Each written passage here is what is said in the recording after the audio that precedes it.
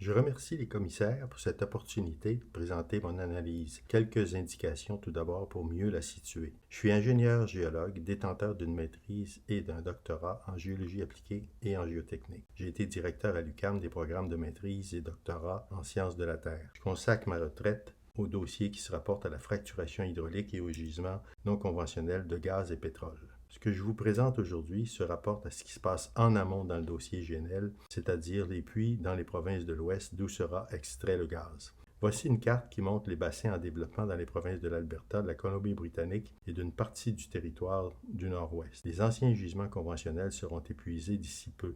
La production qui les remplace se fait dans des gisements non conventionnels à 86% actuellement.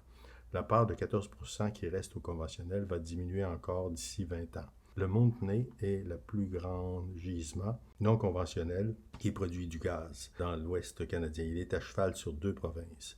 La production d'hydrocarbures s'y fait par fracturation hydraulique et cela demande une couverture dense et continue de puits. Je vous montre une zone ici de 2 km par 3 km et demi où il y a 24 plateformes. Cela correspond à une densité d'environ 3 puits par kilomètre carré qui est usuelle dans ce type d'exploitation. La capacité de l'usine GNL sur 50 ans, c'est 29 millions de pieds cubes, c'est-à-dire 28,95 térapieds cubes plus particulièrement. Alors, chaque puits actuellement dans le Montney produit environ 1,8 milliard de pieds cubes. Les débuts diminuent rapidement en fonction du temps, comme le montre la courbe ici qui est en fonction des mois, ce qui fait qu'après 24 mois, on passe sous les 50% du débit. Il faut donc chaque année forer de nouveaux puits pour compenser simplement cette baisse de production. Pour alimenter GNL, ça signifiera sur 50 ans un peu plus de 16 000 puits qui devront être forés. Après exploitation, les puits sont bouchés puis ils retournent au domaine public. Après un certain temps, ils vont fuir et ils vont fuir longtemps. Voici un exemple dans le Binière d'un puits datant de 1992. On y mesure un débit de 40 mètres cubes par jour de fuite. Ça correspond à 405 000 mètres cubes depuis 28 ans. Et il s'agit ici d'un simple puits d'exploration où il n'y avait aucune fracturation. C'est donc un problème majeur que de la gestion de ces puits, surtout avec le vieillissement et la corrosion. On va expliquer ça un peu plus tard. Les débits de fuite tendent à devenir de plus en plus nombreux. Une étude récente en Colombie-Britannique a recensé 21 500 puits, dont 11% de ces puits fuyaient pour un débit total de 14 000 mètres cubes par jour. En Alberta, c'est 40 000 puits qui ont des fuites, des puits orphelins en bonne part. On estime qu'au Canada, il y a 2 000 puits qui s'ajoutent chaque année à une liste de plus de 90 000 puits. En 2050, on aura 100 000 puits avec des fuites. L'origine des fuites. Les fuites peuvent être naturelles, elles sont rares, elles sont minimes. Voici un exemple de possibilité de fuite, une zone contenant du gaz, la Roche-Mère située sur le diagramme, est traversée par une faille et le long de cette fracture, de cette faille, donc c'est un chemin de perméabilité par lequel le gaz peut circuler. Il y a également du gaz qui peut provenir, comme le chiffre 2 montre, des zones intermédiaires entre la surface. Alors ce gaz atteint tout d'abord la nappe phréatique, un réseau où le roc est beaucoup plus fracturé, et également le surplus peut rejoindre l'atmosphère. Dans le cas d'un forage ou un simple puits dans un gisement conventionnel, on a également, mais en plus grande quantité, du gaz qui peut provenir donc de l'horizon qui était ciblé. Également des gaz qui peuvent provenir des couches intermédiaires. Quand on est dans une séquence de strates, il peut y avoir effectivement du gaz dans plusieurs horizons. Ça rejoint là aussi la nappe et l'atmosphère.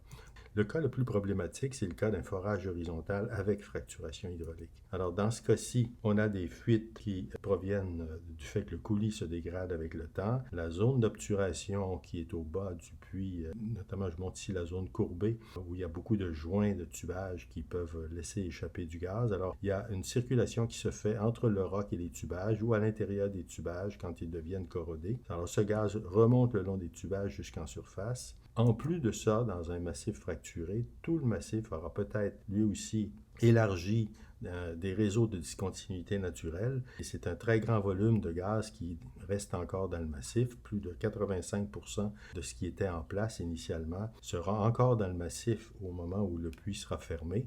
Donc, ce grand volume de gaz peut rejoindre des fractures naturelles et rejoindre aussi les nappes et l'atmosphère. Alors, la plupart des relevés sont faits aux têtes de puits uniquement. Si on va regarder ça avec un peu plus de détails. Alors, lorsqu'on a des relevés qui concernent des puits, c'est souvent des relevés donc, qui sont mesurés directement sur les têtes de puits.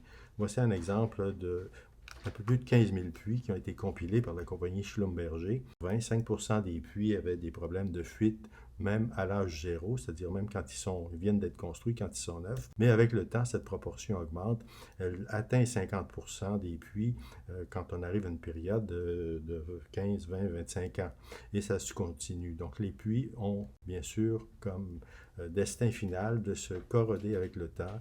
Et cette corrosion permet la partie du gaz qui reste encore dans le gisement après la fin de l'exploitation, que cette partie du gaz puisse être émise dans l'atmosphère. On évalue les émissions fugitives dans le rapport CIREG, comme dans d'autres. En fait, il s'agit d'une compilation des données publiées récemment. Donc, il y a un estimé qu'environ 2,3% de la production de gaz aux États-Unis et au Canada probablement fuit pendant la production. Et après la fermeture des puits, qu'est-ce qui se passe?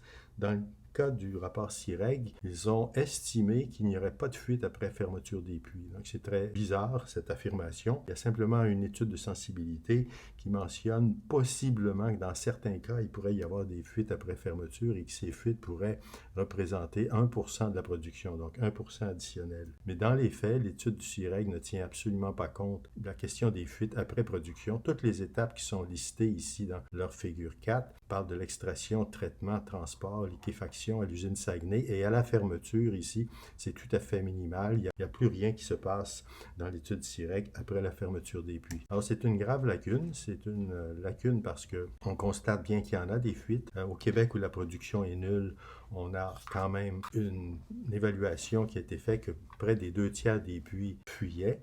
Et même si la production est zéro, il y a des fuites au Québec. Et il y a également plusieurs annotations dans le rapport qui montrent qu'on s'est fié beaucoup aux prétentions de l'industrie. C'est ce que j'ai mis en rose bonbon ici. Alors, on dit que les fuites sont considérées comme non systématiques et imputables aux mauvaises pratiques des entreprises et que les pratiques de cimentation n'étaient pas optimales et peuvent être améliorées.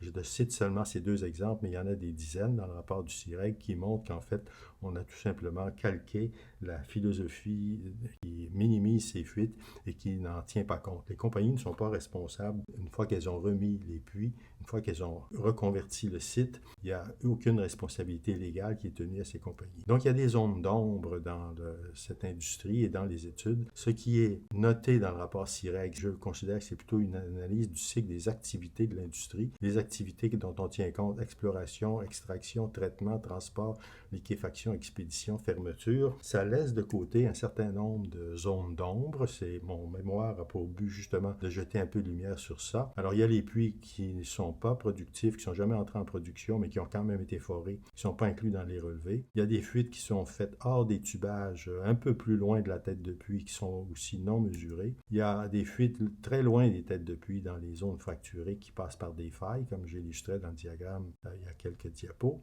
Il y a du méthane qui s'infile dans les nappes sans rejoindre l'atmosphère. Il y a également la question de la remise en pression de ces puits. Quand les puits sont fermés et bouchés et abandonnés, le gaz continue quand même de circuler dans la zone de fracturation.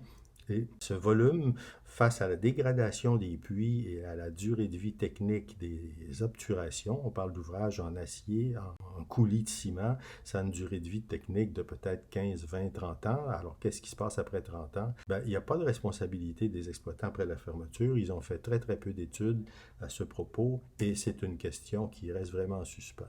Les émissions dont on tient compte aujourd'hui, 2,3% par rapport à la production, que se passe-t-il après la production? Après la production, il y a des quantités de fuites qui vont aussi être considérables. La production d'un puits en particulier peut se limiter à 5, 10, rarement plus que 10 ans. Et je parle des puits dans les gisements non conventionnels. Et les fuites qui vont se produire après vont représenter des débits additionnels de fuite. Si on les rapporte à la production qu'avait eu ce puits pendant ces années d'opération, il faut certainement tabler sur un chiffre entre 4 et 9% de la production. Je prends ces valeurs 4 et 9% parce que dans mon mémoire, j'ai cité 2 références qui montrent que par des relevés aériens dans des champs où il y a un mélange de puits actifs et de puits abandonnés, on mesure effectivement des taux de 4 à 9% dans l'atmosphère. Alors, ces zones d'ombre de l'industrie, et c'est malheureusement quelque chose qui n'est pas tenu compte, c'est borné jusqu'à maintenant à limiter les études essentiellement au secteur éclairé, c'est-à-dire ceux où l'industrie pointe sa lampe. Je vous remercie de votre attention.